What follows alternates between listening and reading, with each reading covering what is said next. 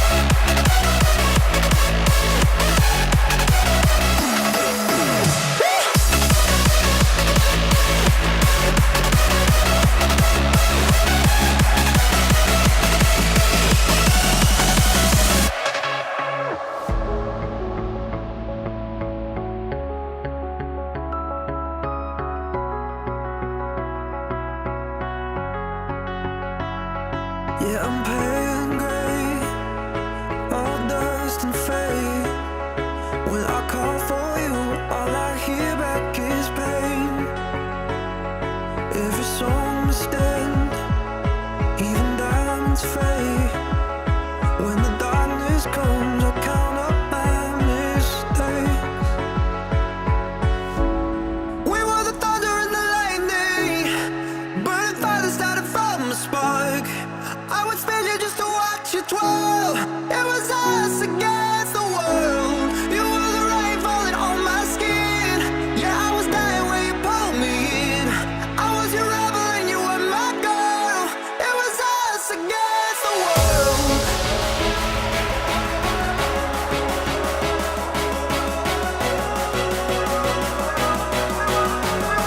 We were the thunder and the lightning.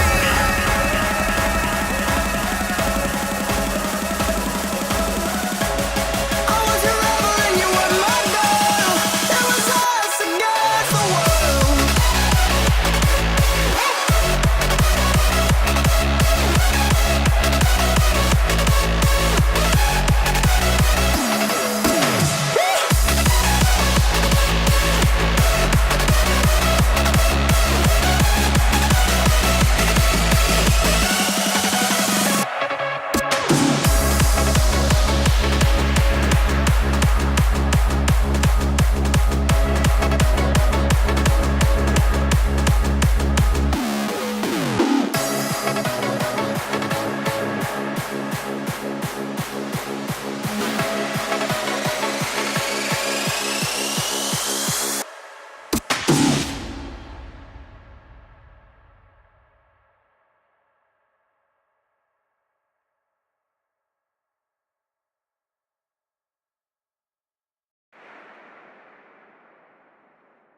I was thinking that maybe when you get back, you could come with me. Fuck work, fall in love right now, and spend all our money. Jump with me. Jump with me. I've been feeling it buzzing in my fingertips. Wanna try you out. Get lost, get far away, and do what we wanna do now. Jump with me. Jump with me.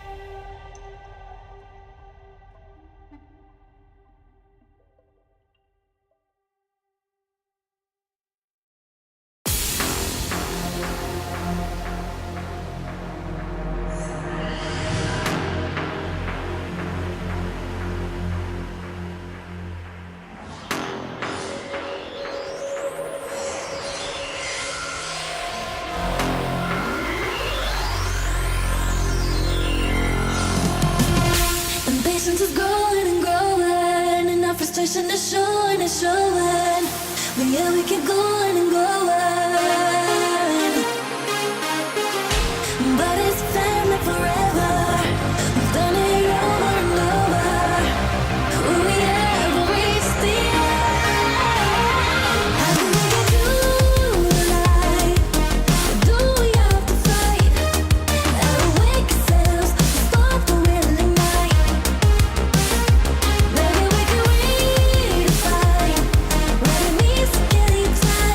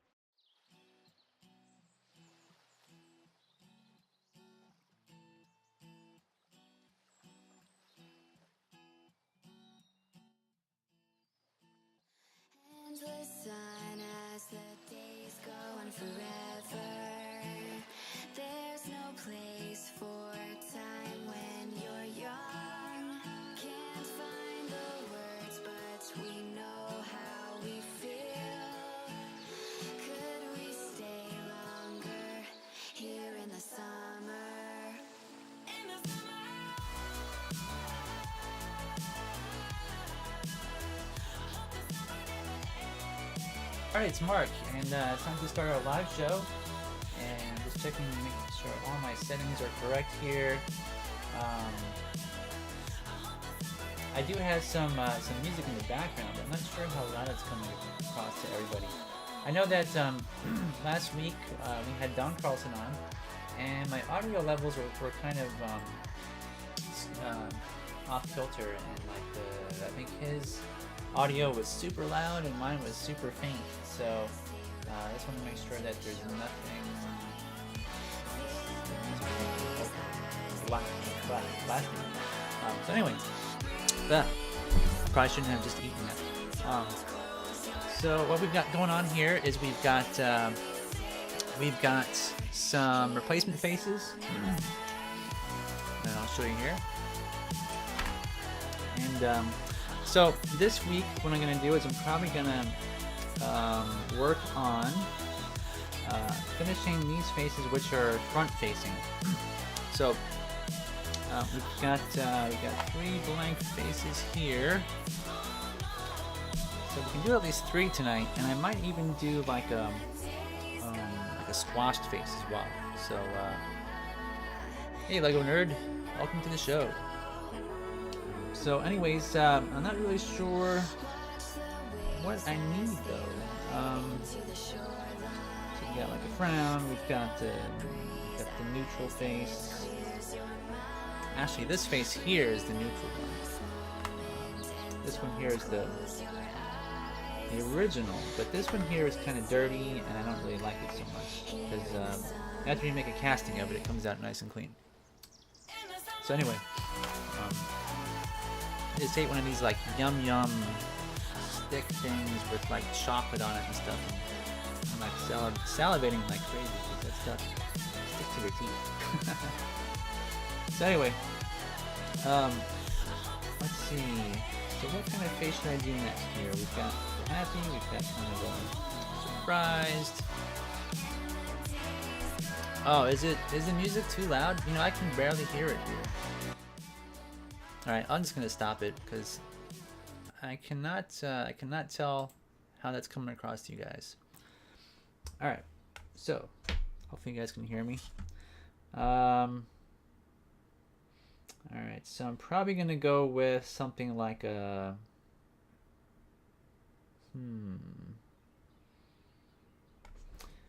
maybe I'll make one of these faces where she looks like she's confused.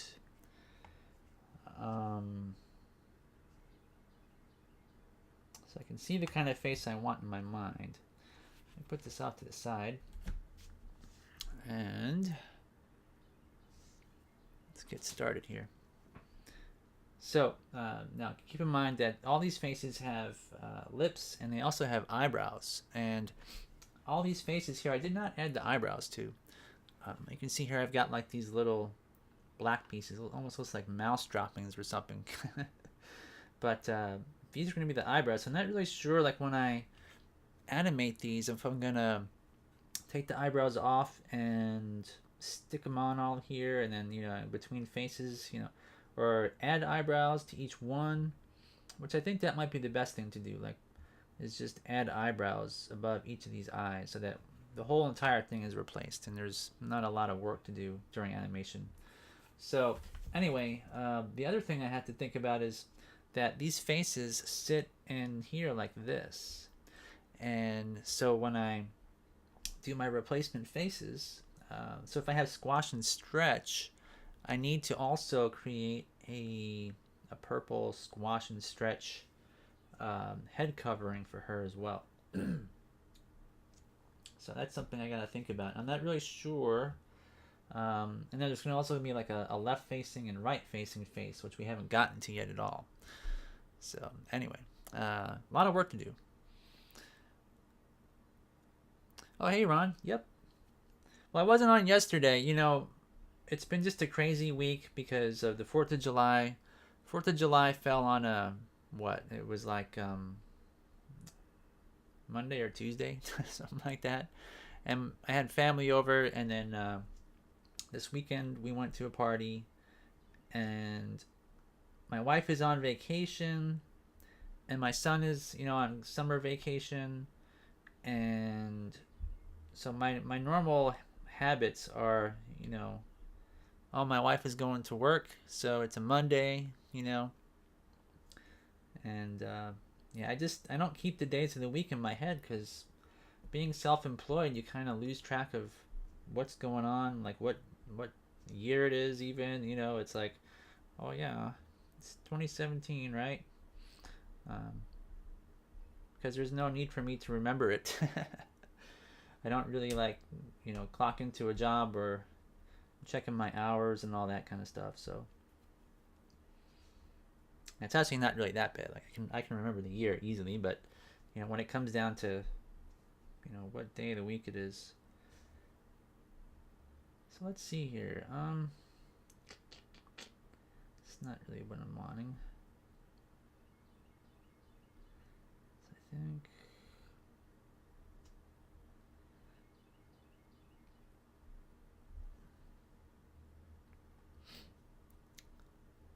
Yeah, it's going to be one of these faces that I want her to look perplexed.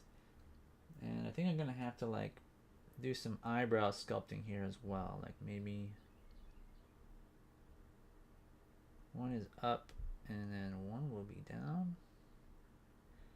She looks too happy this way. And also the cheeks need to be less high because when you smile, they're up like that. Don't want that.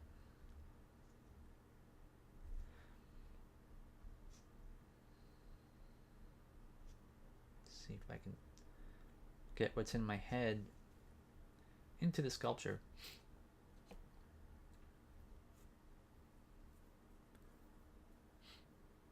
Thanks, Lego Nerd.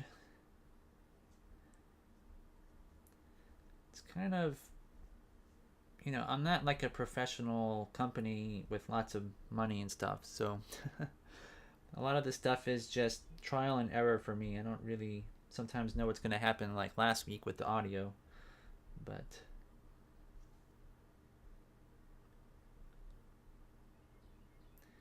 yeah, I think this lower lip sticking out would be kind of,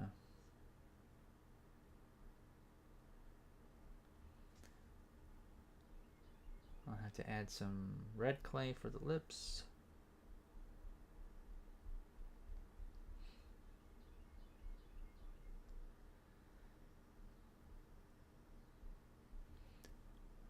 It's kind of weird to hear the insects and stuff outside again because it's like summertime and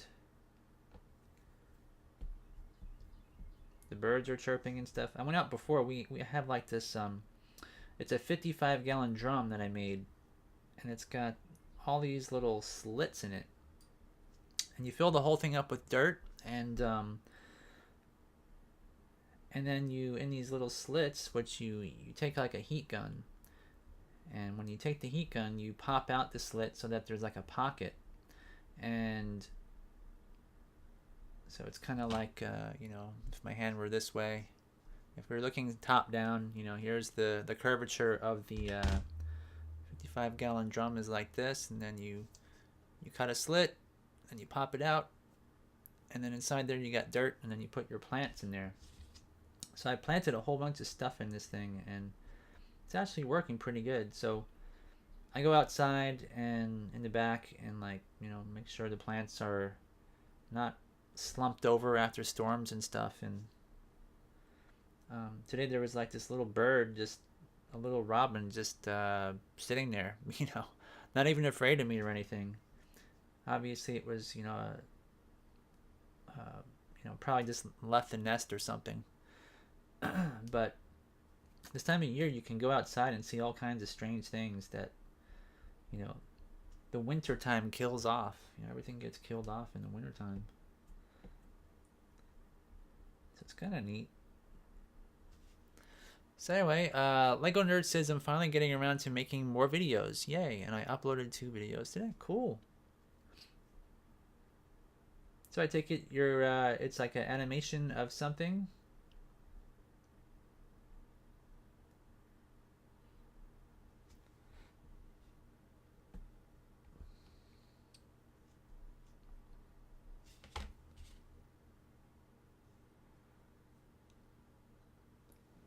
Okay.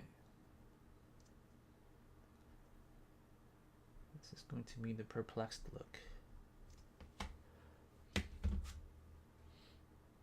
Now I've got my usual mineral oil in here.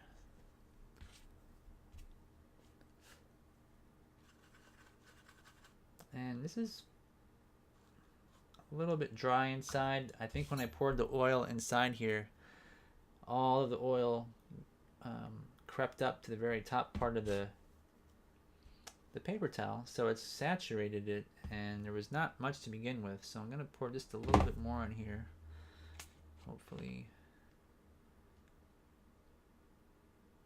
without making a mess.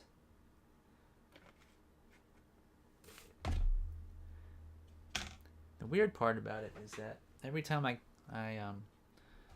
use this mineral oil, I clean off this container, and then the next time I look at it, there's like little cat hairs and stuff all over it. I don't know if a cat jumped up here and rubbed on it or what, but yeah, paper towel.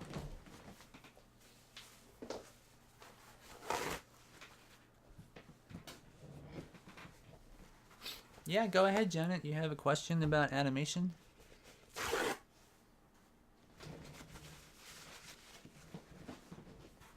Got my chair back here.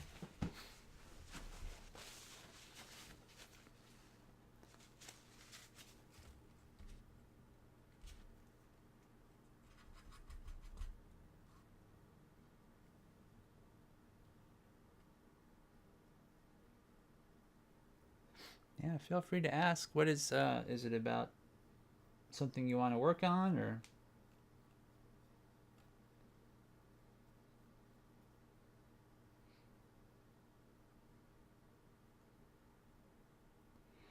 So I'm just taking this brush and going over the sculpture a bit. If you can, you want to use your fingers as much as possible for smoothing, and then and use the brush for like spreading the oil around and getting into the details. That wherever your fingers can get into is always a good idea to use your fingers, because your fingers actually leave less of a, there's no bristles or anything, so it kind of does a better job in some ways than even a brush does. But if you can't get into parts, you use your brush like this.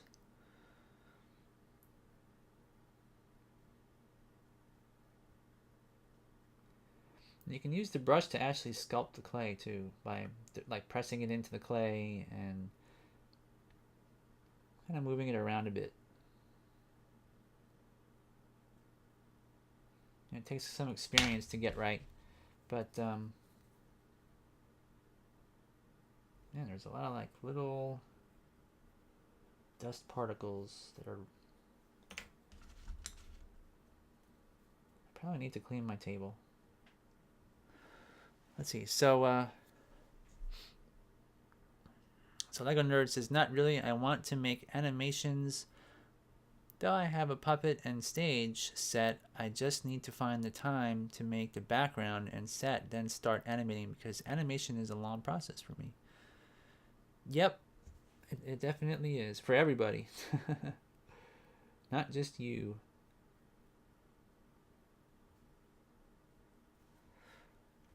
And Greg says, does the mineral oil keep dirt and dust from collecting on the model?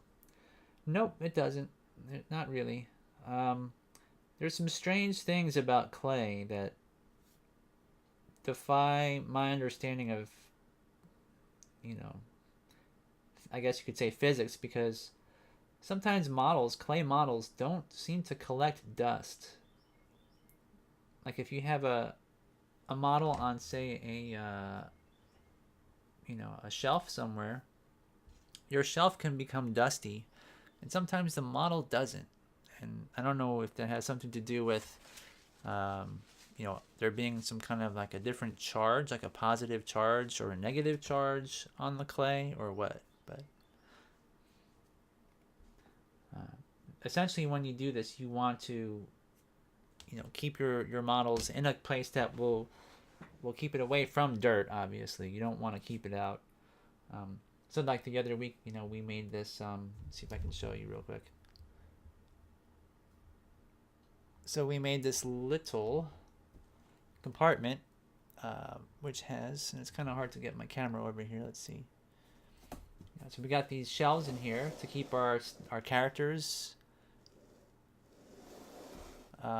you know, just kind of hidden away so that nobody can bump it over, and also keep the dirt off of it and everything. And it's just cardboard, you know, just a cardboard shelving system. Really simple and cheap to make. So yeah, you want to just, you know, make sure you keep it away from, especially like if you have a bandsaw or a jigsaw or some kind of woodworking tools, if you're ever into like really creating furniture and stuff, or even if you're, you know, cutting wood for your sets. That's a big problem, you know, if you have just a garage and you're trying to do everything in one space. You want to kind of keep things apart as much as you can. Like sometimes if the weather is nice, you might want to go outside and cut your wood outside, and even have like a fan that blows the dust away as you're cutting away from your work area. So yeah, you can ask anything you want, Janet. Just go ahead. So we have this somewhat perplexed look. You guys can maybe see it here.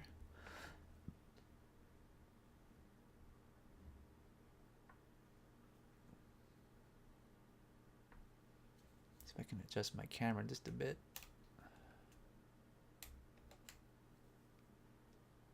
I don't think I can zoom in any more than that, but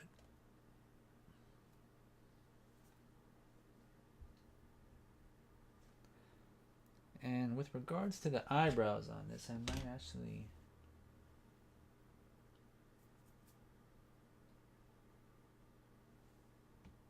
dust on that. Okay. Yeah, dust is a big problem. I mean, it's like if you have cats in your house or any kind of pets.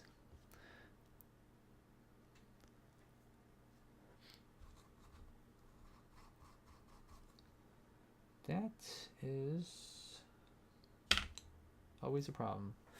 So Janet says, what do you think about predictions and prophecies, real or fairy tales?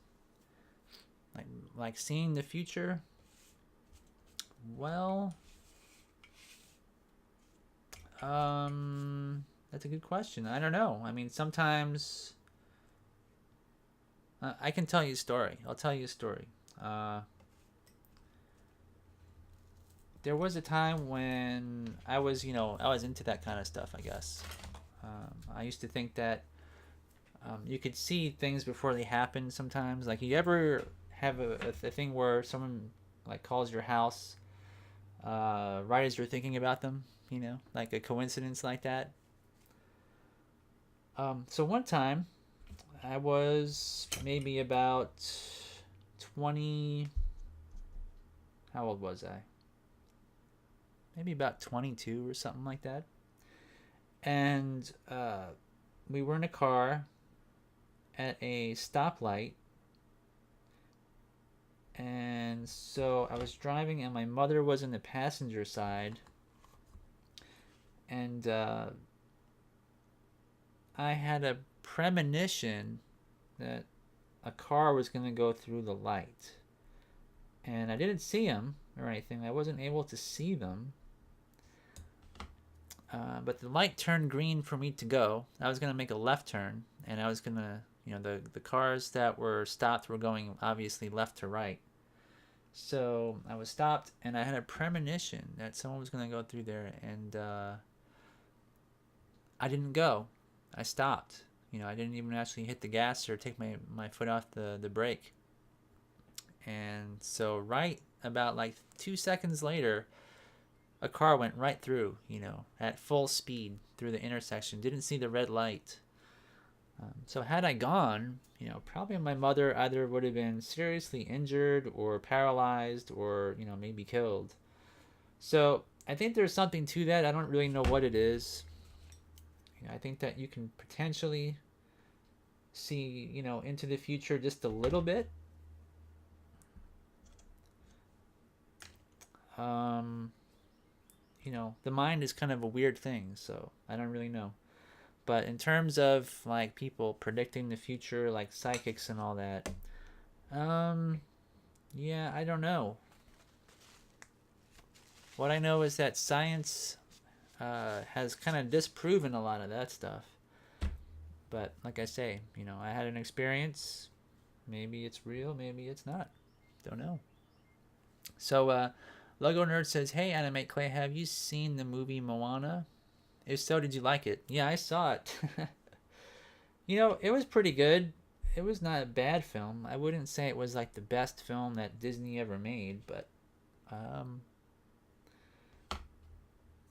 if I were to rate it, what would I rate it at? Like from 1 to 10, maybe about a, you know, a 7 or so.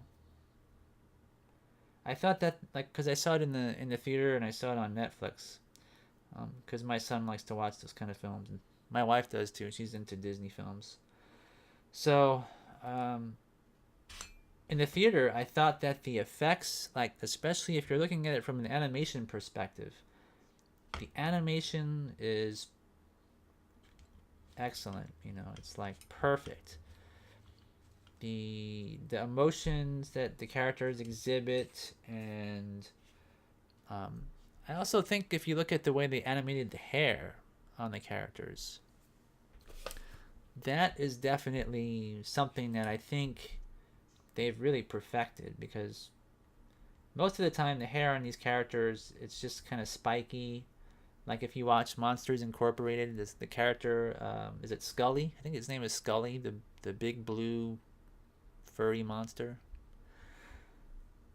The hair generally on CG characters is kind of stiff, and usually if there is flow to it, it looks fake and unnatural.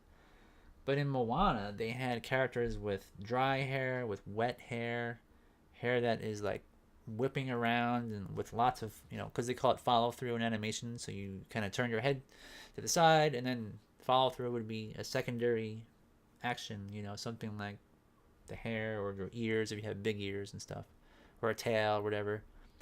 And so they did that with the hair, and it almost looks, you know, realistic in some ways, the way that they can do that. I don't know if it's like a physics engine, or I know I saw some guys kind of manipulating the hair in CG, but I don't really know how they do it. So Janet says, "In the last few days, I talked with a friend a lot about some who tell future of my country." Ah. Yeah. Well, one thing you should look up is a thing called cold reading. It's there's actually a way to predict what a person is like based on psychology. You know, a lot of it's based on psychology. So you can sort of like read the future of a person, or you know, read their past, or you know, you can put it in a way,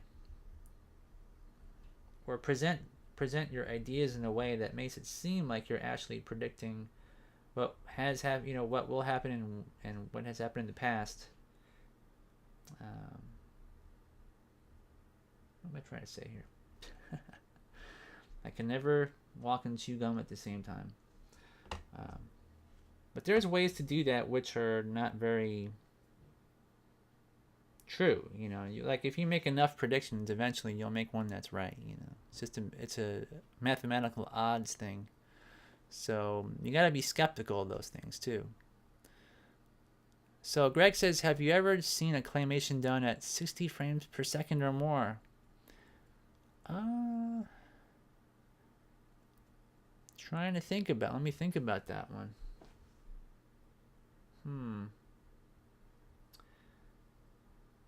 Well, the answer is no. But I'm trying to think if there's anything similar that I've ever seen in terms of that. I can't think of anything. But that would take a lot of time and effort to do. I mean, what you could do, I mean, technically you can do it, and it wouldn't be super hard. Like if you were to animate a character and move the character the same number of times, let's say 24 frames per second, or let's say 20 frames per second would be best, right? So animate something at 20 frames per second, but animate it 3 times slower, and then shoot on 3s or something, so that in 60 frame, when you play it back, it would be normal speed or whatever. I mean, there's ways to do it, but it's not very it would just be so time consuming to do that, especially if you shot it on ones, so every single frame you move it once. And you'd also have to make the puppets pretty big to get the minute movements that you would want.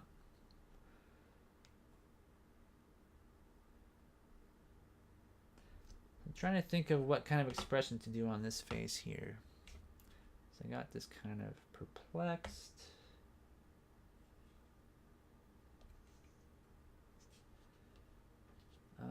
Let's see.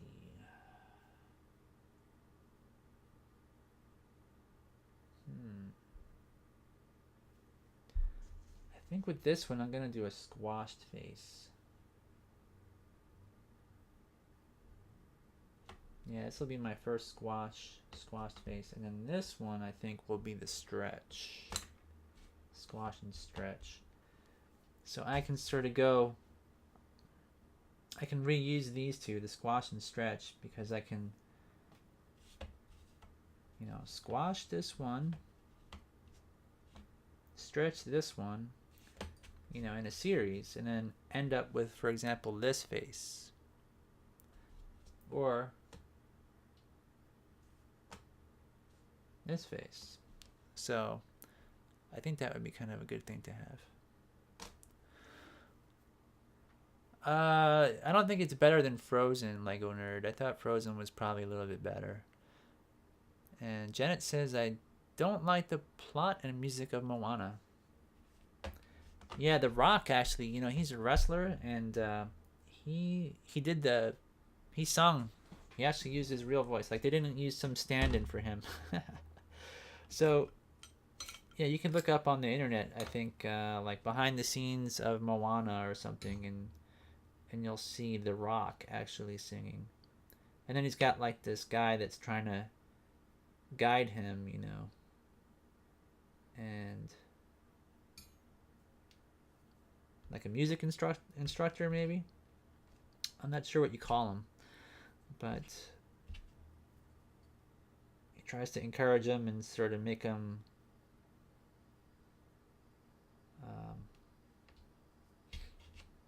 what's the word?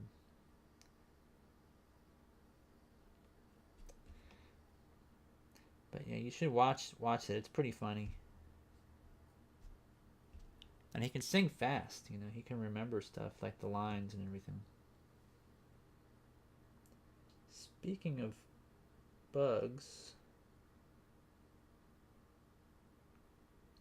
I've got one on my wrist. There's like millions of these little beetles, miniature beetles, I guess, that hatched outside. Maybe they came out of the dirt or something. And I was out there and I was trimming some tree branches, and they're so tiny.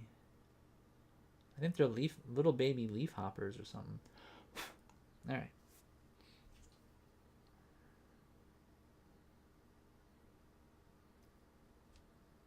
In other words, I need to take a shower later. And Lego Nerd says, do you know the YouTube channel Claym? He's an awesome clay artist. No, I don't know that person. Claym. Is he doing animation, or is it just sculpting, maybe?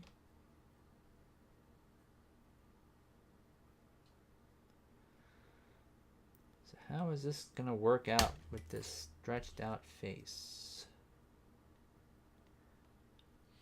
I think I need to just like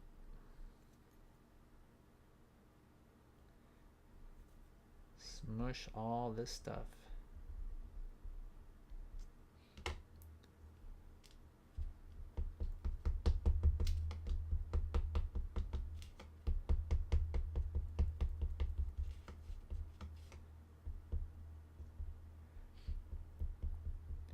Not really sure I'm gonna put like the mouth and stuff on this one. But if it's stretched, probably lower the mouth down a bit.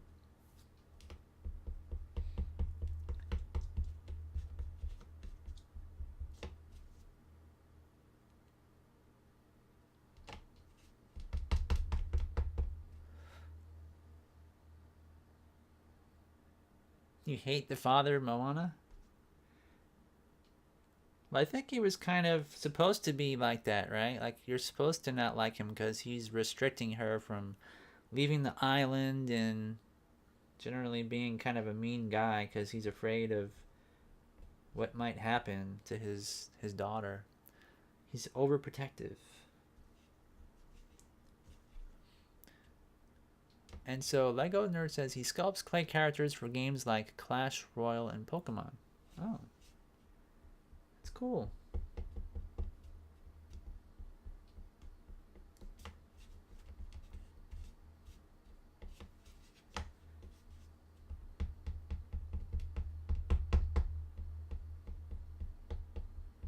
Does he have maybe like a Patreon account or anything? I think Patreon is a really good way to go in terms of raising money for your YouTube channel.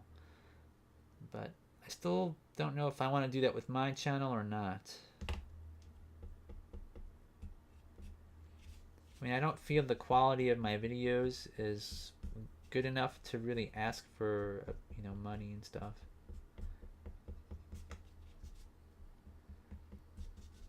Since I don't have a crew, it's kind of hard for me to actually improve on anything. Like, some people have friends that will work all the stuff behind the scenes and have maybe multiple cameras that, switch around and all that kind of fun stuff. Alright, so I'm going to need some more yellow clay, I think, here. So I'm going to use my scrap clay.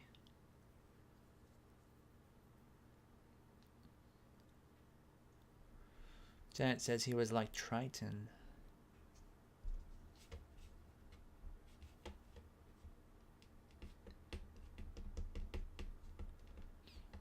Oh, okay, he's got an Instagram. That's cool.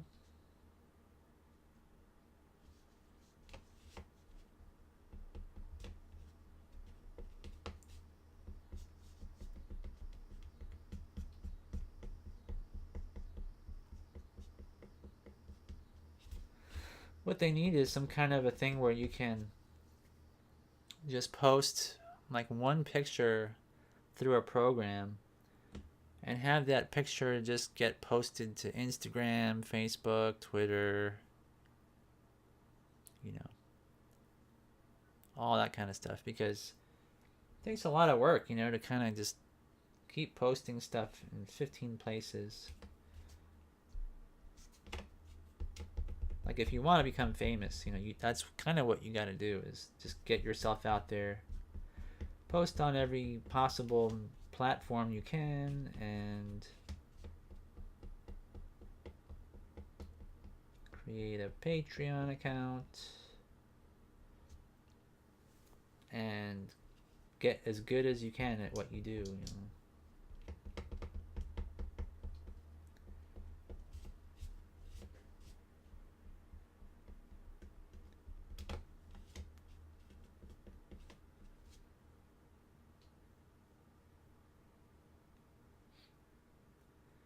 Marketing is, that's all part of animation. Like, it's something that a lot of people don't realize. You need to do that if you want to, to share what you're doing with the world. And perhaps teaching, like I'm trying to teach people how to do this. So, I have a Facebook and I try to tell people what's going on. I'll put this here for now.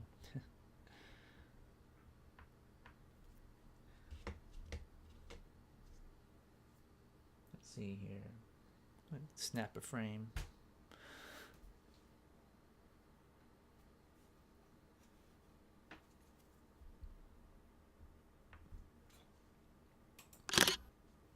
Okay, let's see what this looks like. So I'm not really sure what this is gonna be like, this stretched out face. So I'm gonna kind of move it into place here.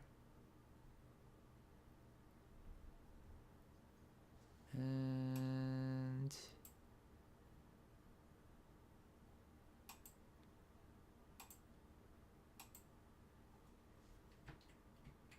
oh, let me turn this off, my onion skinning.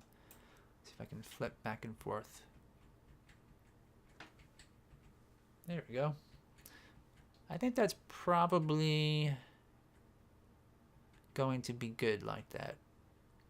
And I'm thinking I want to kind of add some cheeks, and I want the cheeks to be stretched, and I think that the widest part would be about there. So I want like the meat of the cheek to kind of move down and stretch. And I guess that the mouth and everything would be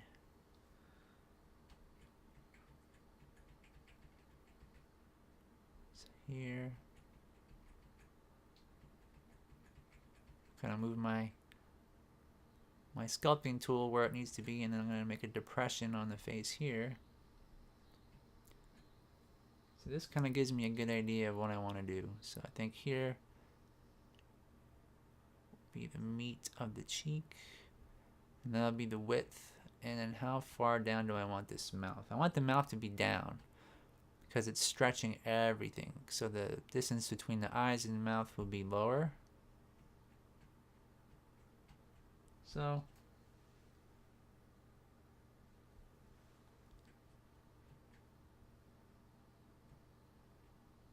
a little bit lower actually.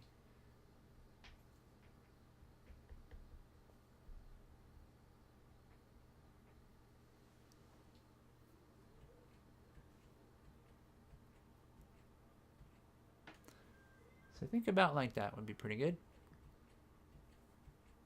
All right, back over here.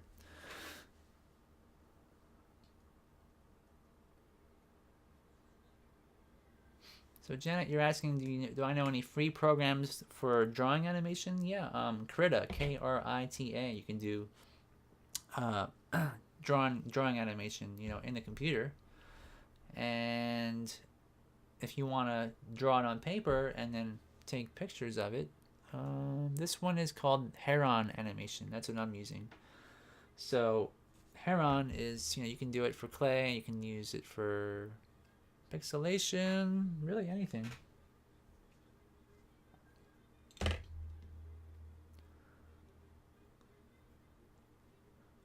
see.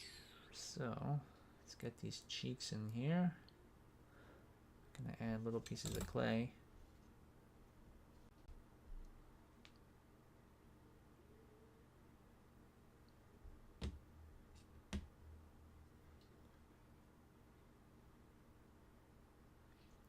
There and there, and that will give me some dimension in the right places.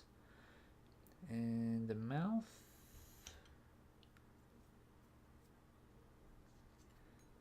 I think I can even, like with the mouth when it's stretched, I think it'll even be slightly open. So I'm gonna make like a little hole for the mouth.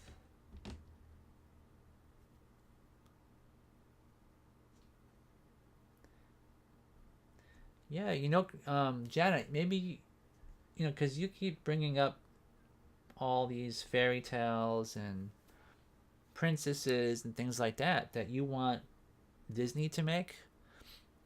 You should consider maybe doing that because nobody else has done that before. So if nobody else has done that, you might actually,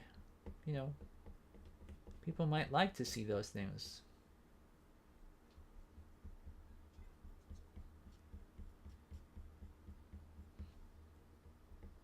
I mean, that would be kind of cool, I think.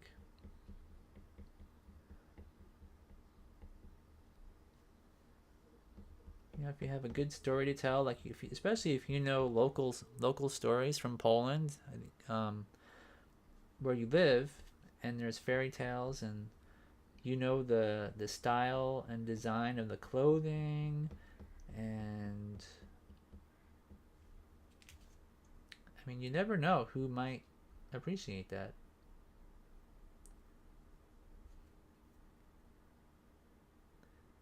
And you know, if you aren't able to do it by yourself, perhaps maybe um, you know, if there's anybody that's local that does animation, maybe you could kind of get together and talk about what would be fun to do.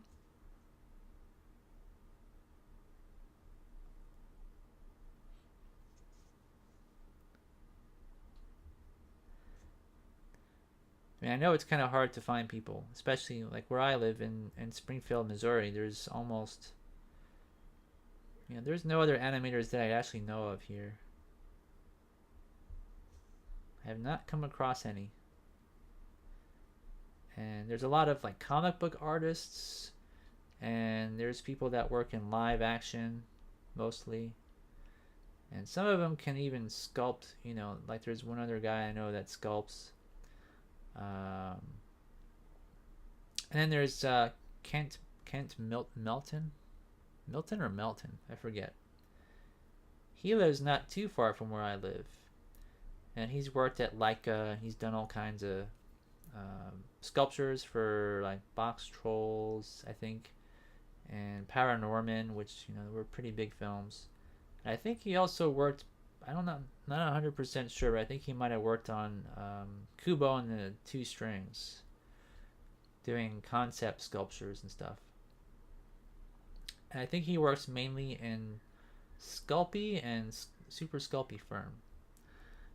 But even still, he's a sculptor and he doesn't do animation. So it's kind of like, you know, even if I got to give him a phone call and ask him, would you want to work on a project?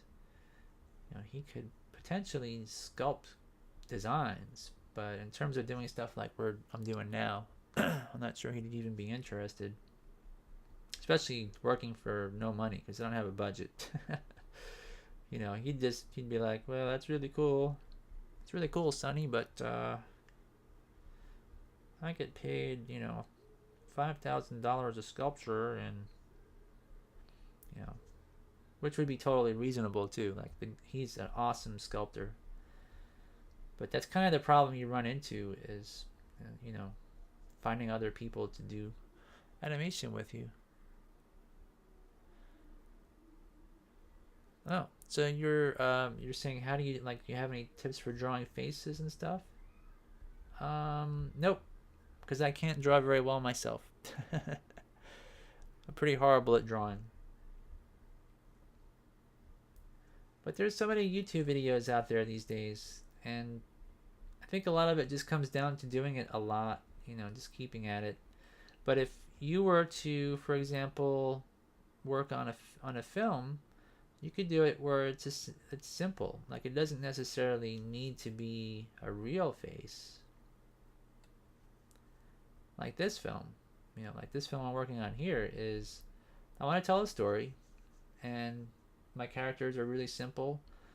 They're just emoji characters, you know, like round faces, and I mean, you've probably seen my drawings of my capabilities. They're pretty limited, and so I try to work within my limits, you know, my limitations. If I can't draw something that looks like a Picasso, or paint something like a Picasso, like a background, or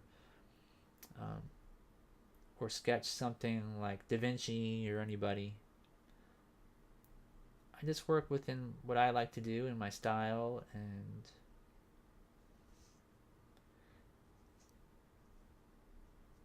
that's it, really. I mean, you can tell a fairy tale story, a short story, with stick figures if you wanted to, you know, if that was your ability. And the story is actually, if it's a good story, that is what gets people to like your films. It's not always about the effects, and, you know, like Moana, you know, they could have definitely made that film with characters that did not have as much detail. And they could have used they could have done it even with the, like their old-fashioned way, hand-drawn. But the result would have been the same because it's the story that people really get involved emotionally with. Like, can you emotionally have feelings for the characters, and can you relate to the story? Or is it just, you can't relate to it, but maybe there's so much humor in it, and it's so funny that people just are like, this is the greatest film ever. The effects are horrible. And I can give you an example. There's a made-for-TV movie called Sharknado. And it's the worst effects. And it's so horrible that you just have to, you just laugh through the whole thing because it's literally that dumb, But I think that's by design. Hey, his Miss Gal Jordan, hello.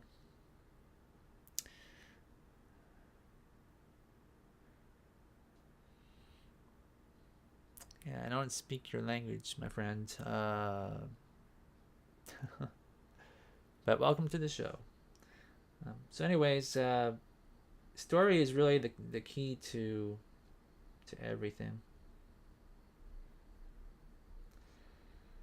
Okay, so here it is. Here is the stretched out face.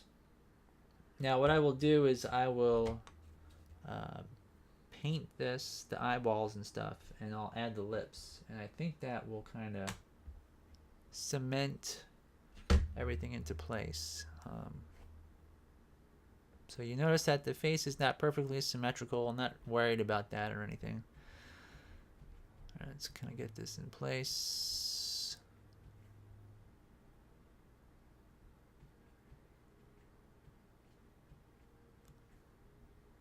All right.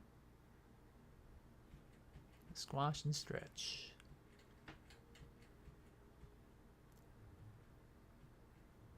So Janet says, I'm trying to save money now. I have something, $2,677. Wow, that's great.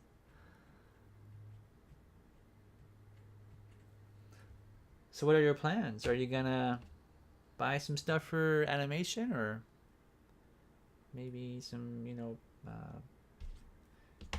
if you want to try doing the hand-drawn stuff, the thing that you could use is like a pegboard. It's just a simple piece of plastic with holes and a hole punch that works with the pegboard. That's something that a lot of animators use for doing 2D animation. That is if you want to go the old-fashioned way, because the better way, of course, nowadays is on computers, where you either draw it on a Wacom tablet, but Wacom tablets are really cool if you can get one of those, because you actually save money long term. You get a Wacom tablet and you do your animation in a computer with like Krita, for example, and there's no paper to buy if you make a mistake, because you go through paper like crazy. When I worked at John Lemon Films, they had probably how many pounds worth of paper? It was literally like, oh man, let me think here. They probably had about, because they had stacks of paper that were about from the floor to the middle of the wall. So let's just say conservatively like 3 foot tall stacks of paper times like 30 of those. I don't know how much that weighed, but it was probably like 1,000 pounds of paper, without exaggeration. So if you're gonna do a lot of animation and you really want to put everything into it, it's either get the paper or get a Wacom tablet. And a Wacom tablet costs, let's say, if you get a really good one, you could probably get one for like $400 at the most. I mean, they vary in price, but you could probably even get a cheaper one for, let's say, $300. Or you could buy, $300 worth of paper. I don't know. I don't really know what's better.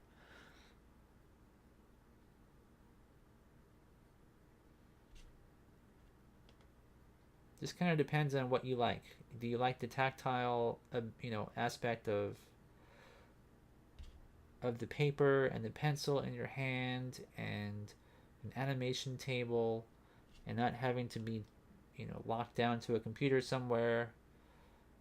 I mean, that's kind of nice too, so.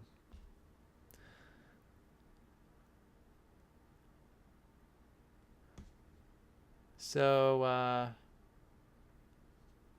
Zoo is saying, have you tried Synfig Studio? That sounds kind of cool. What is that? So it's like a 2D. It says it's good for a program for 2D animation. Cool.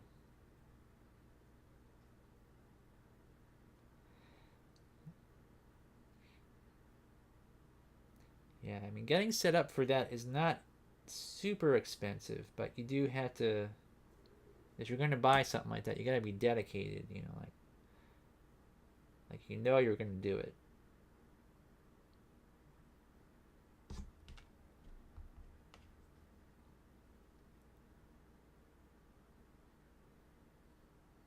see here. So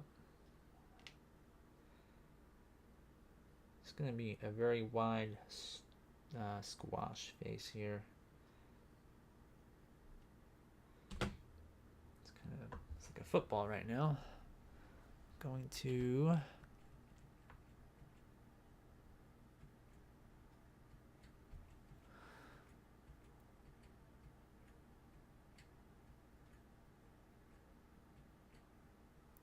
add more clay to the sides. I think what I'll do is I'll add just enough so that the squash and the stretch are sort of, because I want to make sure the volume of the face looks the same. And right now it doesn't, so I'm gonna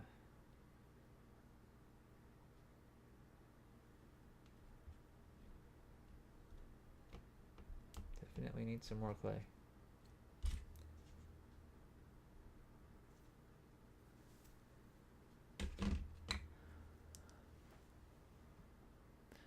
And so Janet says, I dream someday to open my studio, but this is impossible. Well, it's not really. Just depends on how big you want to be. Technically this is just a table I have, and I have a camera. I could call that a studio. So Gurkology says, hey Mark, thanks so much for your online store. You saved me a number of times. I'm curious, how did you end up in Missouri? It's because my family moved here. When I was younger, my family moved to Missouri because my dad had a job in the airline industry. And Trans World Airlines, he worked for them. And a guy named Carl Icahn bought the company out and turned it into, they merged with American Airlines.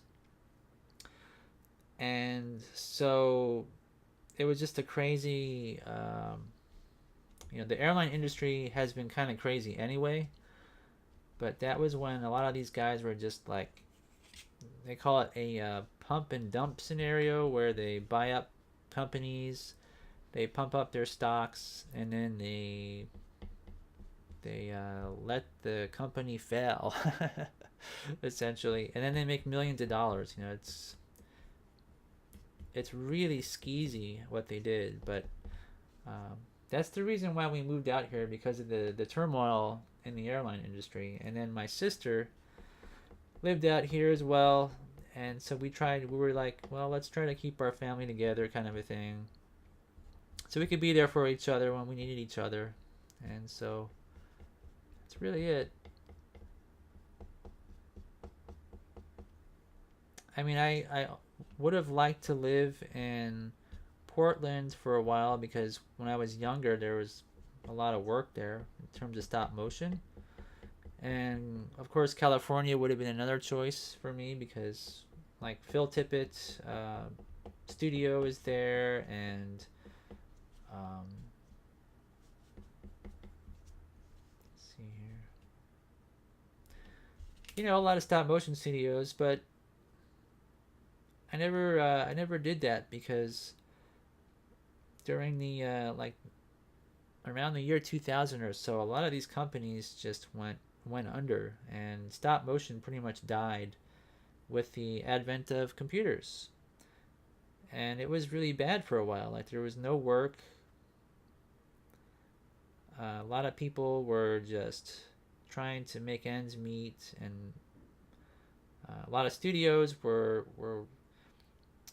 downsizing. And of course, Will Vinton Studios, if you know anything about that whole situation with Travis Knight taking over at that time, they kind of killed off their advertising department. So there was like no more advertising. It was mostly feature films, and they killed Claymation at Will Vinton Studios. They just said, well, we're gonna do, what is more economically advantageous as a whole, instead of doing it the hard way, which is like Will Vinton really loved clay, the way it looked and everything, and in some ways he didn't want to change, and that was part of the reason.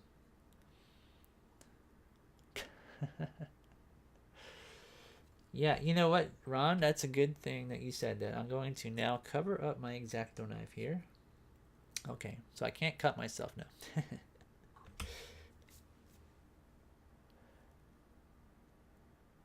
Oh, okay, so you have a Wacom tablet in it. That's great. So Gurkology says, that's really cool. I'm in Texas and always wonder about animators in not so normal markets.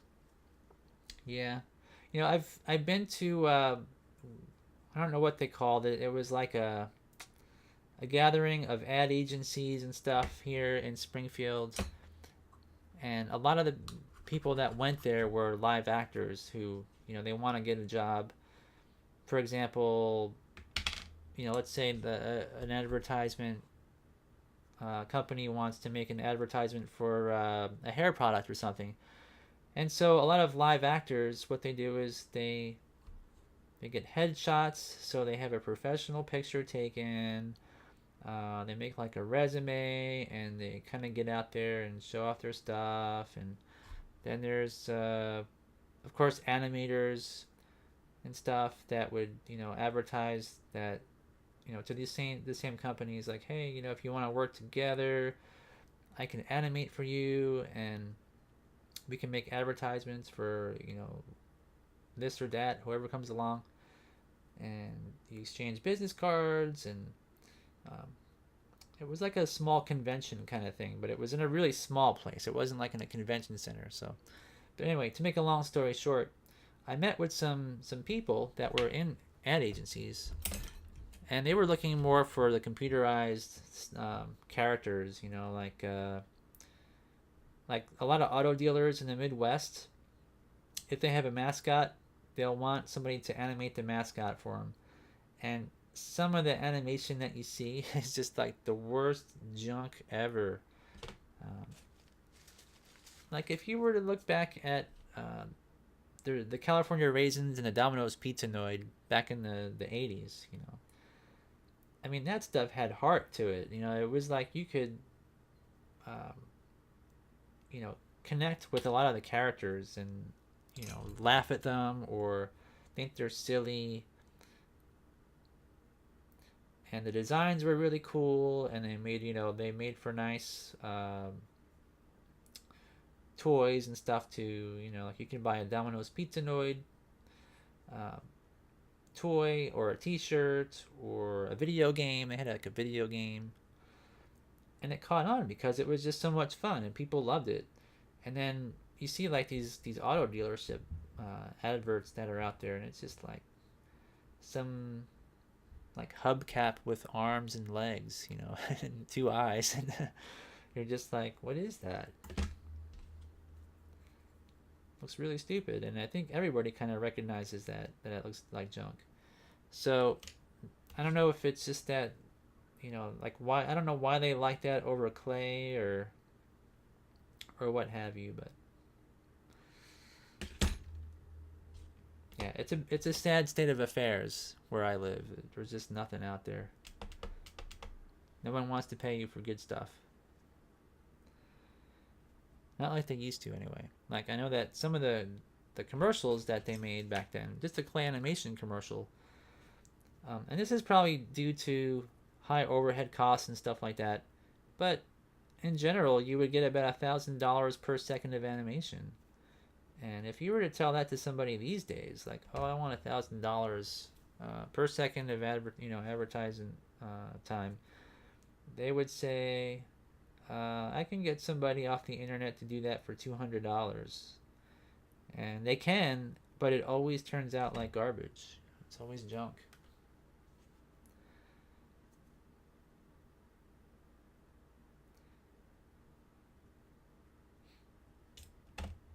But anyway, yeah, there's like no market for good animation here in Missouri. Trying to think, there was like an advertisement company that that was based in St. Louis called Trend Masters, and now they're called Pumpkin Masters, and they make like the little saw and the coloring book stencil type things that you get in the grocery stores for carving pumpkins. So you lay your pattern on a pumpkin, and then you poke it with something, and then you cut it out, cut the holes out.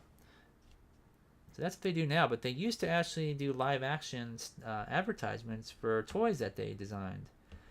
And I worked there for a brief time, and they went out of business. But they were actually making really like high quality commercials and stuff. That was the only place that I know of in Missouri that was ever doing that. So I'm going to put this back in here.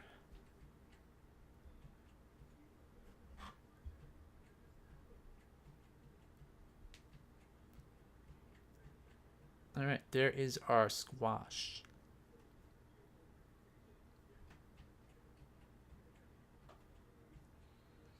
And I think for this, I'm going to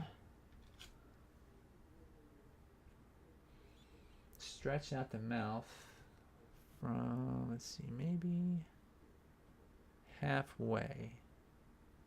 It's about here. And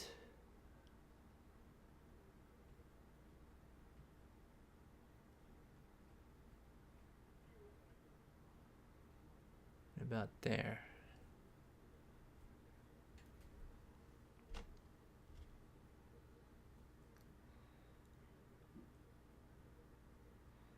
And since I don't know with the squash and stretch faces, since I don't know the face that I will end up with, it could be a sad face or it could be a smile. So I'm gonna make sure that the mouth position in the squash is neutral. This way I can choose either end face that I want, and it won't clash with these replacements. You know, it look kind of strange, like if the squash is smiling and then it ends up on like a frown or something. You're like, you know, what's wrong with that character? It looks really strange. So I think just going straight across will be good for this. And instead of adding cheeks to this or building it up to make them puffy, I'm probably going to carve out some of the area just to on the inside of where the cheeks would be and give that some roundness there. Let's see, where's my clay?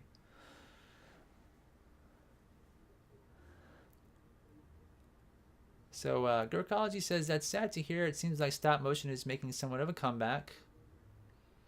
Yeah, I mean, it is actually. It's making a comeback to a degree.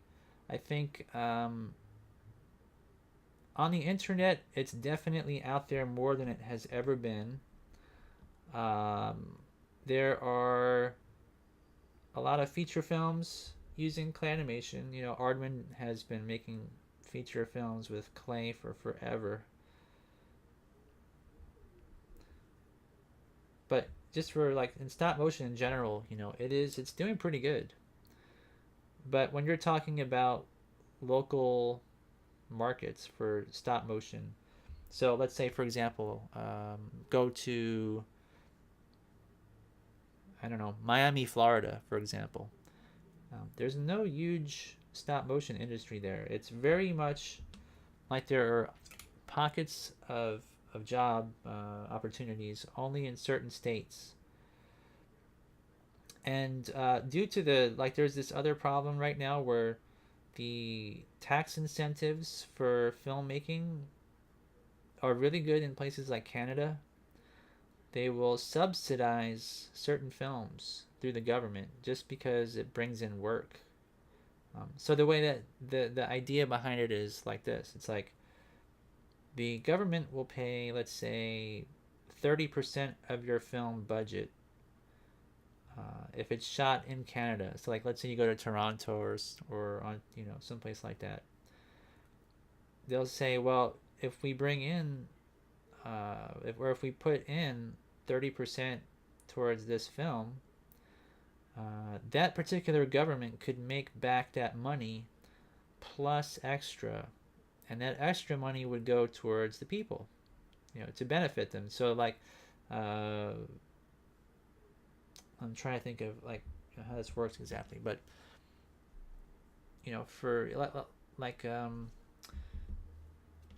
think one of the things is that they can put it towards like schools and stuff. So instead of like in America, we have property taxes, and that goes towards the schools and things like that, and also through like asset forfeiture through arresting drug dealers and stuff like that. It's really crazy. So it's kind of like doing that, but it's involving the film industry. And so in Hollywood, they don't really have a lot of that. And so literally different countries are competing with each other, and through that competition, of course, these businesses, these studios, want to make the most amount of money possible and put in the least amount of money. It's an advantage to them. So they're going to go to Canada. They're going to go to the UK. I think in the UK, that particular program that I'm talking about, like they have in Canada, I think they were changing some of that, and there was like Aardman, I think, was protesting against some of the governmental changes that helped them, you know. So it's really crazy. There's politics involved in it, and there's different state laws, even, you know. So there's really nothing in Missouri because there's no kind of incentive to do it here. So it's really up to people like us, you know, you and I, who are maybe doing this in our house, just doing it the way we're doing it and trying to, you know, network. Like I said before, you got to get out there on Instagram and everything else. Kind of get known, put your feelers out there, let people find you, and take advantage. Like Ron Cole is doing. Ron Cole is he's his own studio. He's got a basement studio with all his machine tools and mold making supplies, and it's cheaper without the overhead of a large studio. Let me see here. So I'm going to put some lips on these now.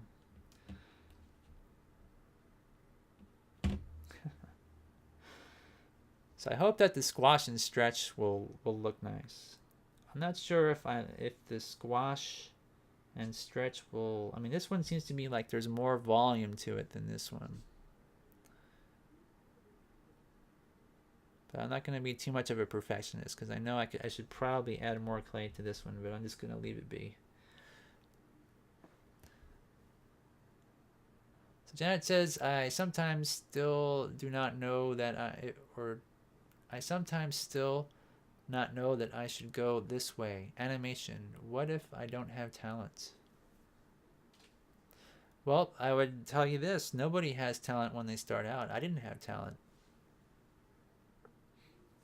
Talent is something that you can acquire through experience.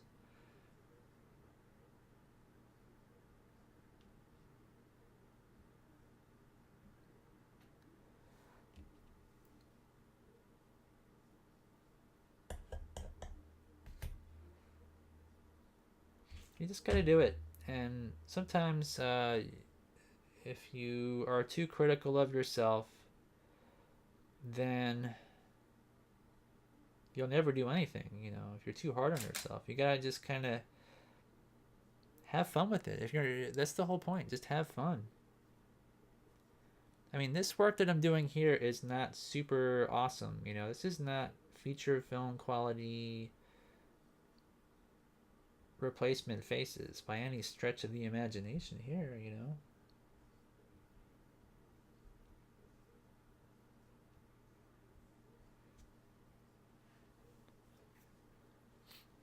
So Ron says, for the next 2 weeks, I'll be animating on short stop motion spots for Tiffany, the jewelry company. So there you go, right? And I don't really know, but I think in New York, there's probably more stop motion companies than maybe any other states on the East Coast. I mean, John Lemon Films is in North Carolina, so I mean that does count, but they don't really do anything anymore. It's kind of dead, from what I understand. Like, I don't think they've done any commercials or anything, which is sad. I mean, I haven't seen those guys in so long. Like, I hope that they're still doing good. I mean,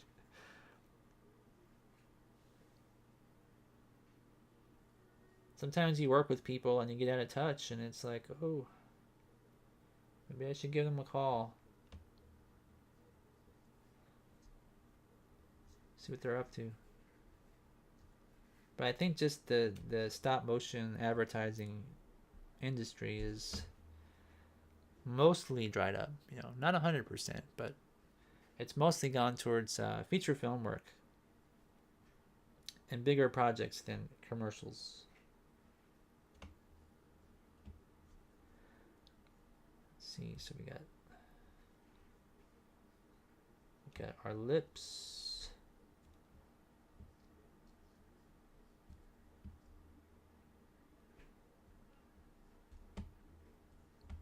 I'm gonna have to paint some black inside this mouth and the eyes after this, and I think that will probably wrap things up for tonight. So we got quite a number of replacement faces now for pretty much all possible, for all our expression needs. We got like happy. Do I have a sad one? This one here could be kind of a sad one too. Okay, this one's sad. So I got sad, happy, surprised, neutral.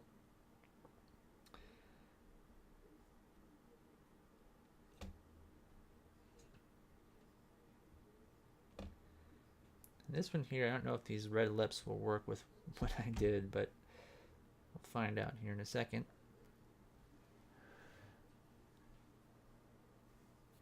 So Janet says, I watch a lot of interviews and people say you need to have something to do movies.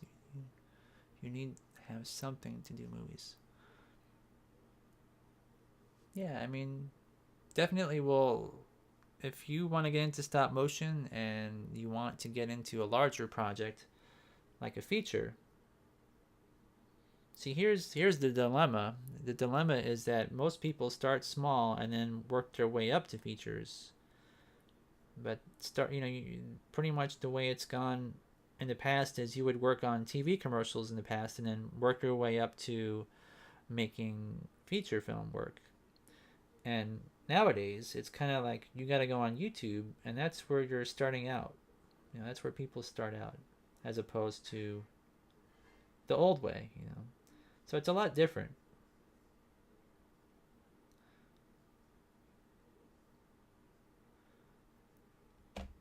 pretty sure, like, even Ron can tell you he did a lot of commercial work in the past. Like the Pillsbury Doughboy is a really famous stop motion. There was probably like, I don't know, 25 or so stop motion commercials for Pillsbury Doughboy. You know, it was a lot. Now it's done on computers. So Ron says there are a number of places that do stop motion here in New York, but they're all very small. Not like Broadcast Arts was back here in the 80s. Yeah. There was a bigger market back then, it seemed like.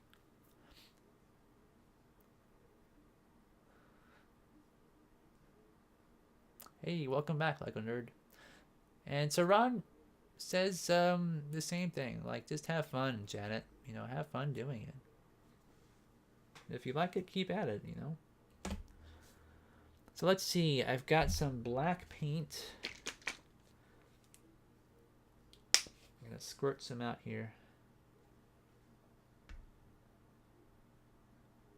Just a little bit. So I don't need a lot. And then I've got my paintbrush. And I am probably going to clean my brush with alcohol because I don't have any water here. Or do I? Oh, I do have water. Got some drinking water. Alright. So, I'm going to dirty my little plastic egg with paint, but that's okay.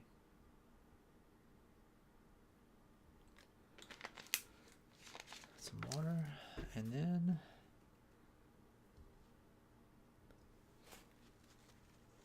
all right, let's paint these eyeballs.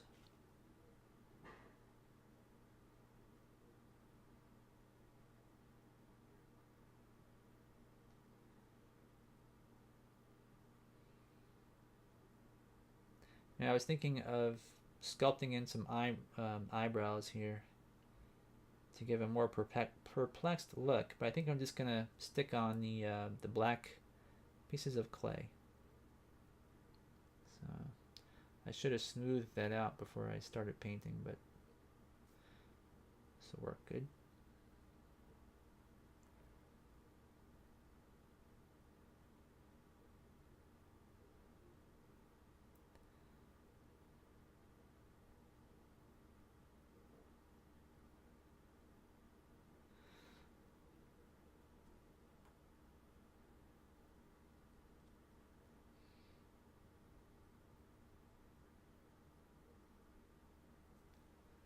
Not to make a mistake. This one I want to get the mouth painted, so I'm going to move these lips a little bit first.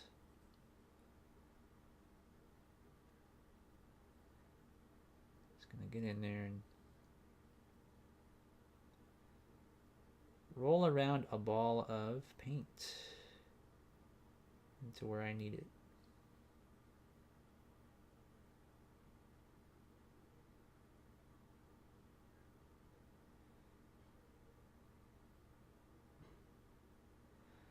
Now normally you would take some black clay, like if you have a full-size puppet, you would take black clay and kind of push it in there like a little piece. And you can do the same thing, you know, you can do the same thing with this if you wanted to, but it's easier just to use, you know, paint for replacements. But if you're going to actually re-sculpt your mouth, the clay is sometimes easier to work with because you can, the paint, if it dries on here and you're animating the mouth in a traditional way where you're like opening and closing it a lot, there will be dried out paint flakes that will get onto your fingers, and it's really hard to clean off.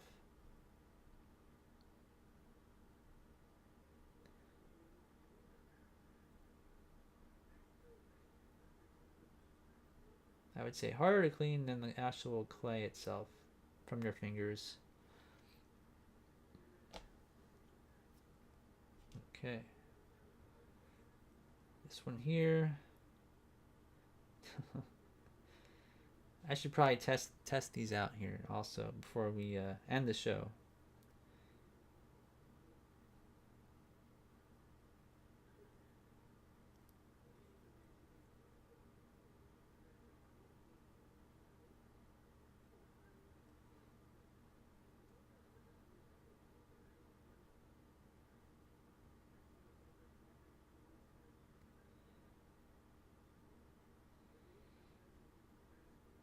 If real faces squashed like this, it would not be good. But somehow in animation, everything is just fine. Hairs.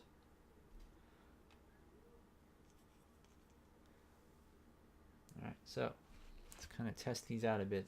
I'm going to delete the first frame. Frame deleted.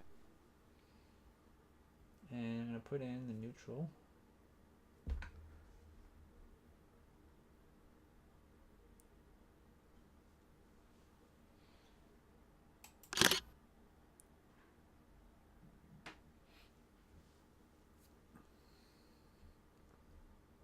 I think what I'll do here, let me see, what frames per, let me see, I can put this at 8 frames per second, or it's custom, let's put it at, I think 6 frames per second. So I got 1 frame, and then squash.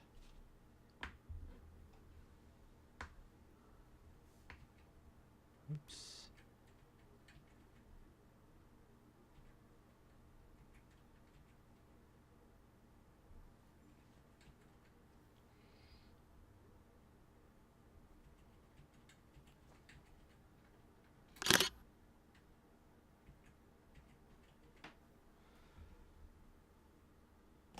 And the stretch.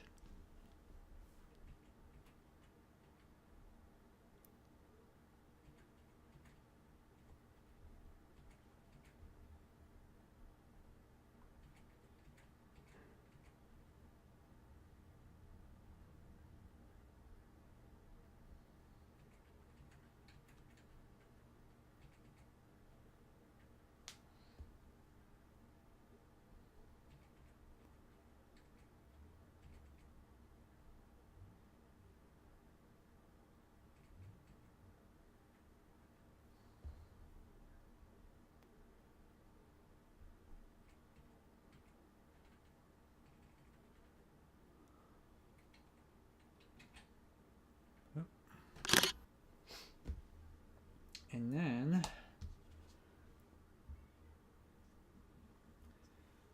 so we'll end up with a smile here. So this character is happily surprised at something.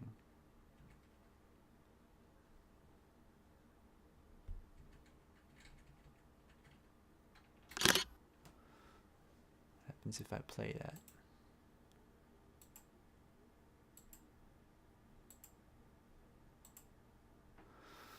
Yeah.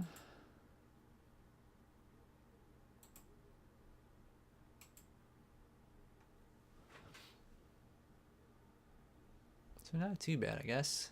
Kind of gets the point across. Let's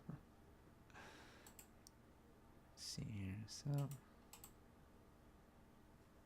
there it is. All right. So anyway, that does conclude our show for tonight. Got a few more faces made, and so next week, hopefully I do not forget when Wednesday is again. And we'll probably make, I think we'll probably work on, well, I'll have to make a mold if I make the either the left or right version of these. So I might work on the babies, because I've got 1, 2, 3, 4, 5, 8 replacement faces for the baby, and I've got to make the baby cry. So we can probably work out like a simple cry facial replacement cycle. And anyway, so thanks for coming, everybody. See you all next week. Adios.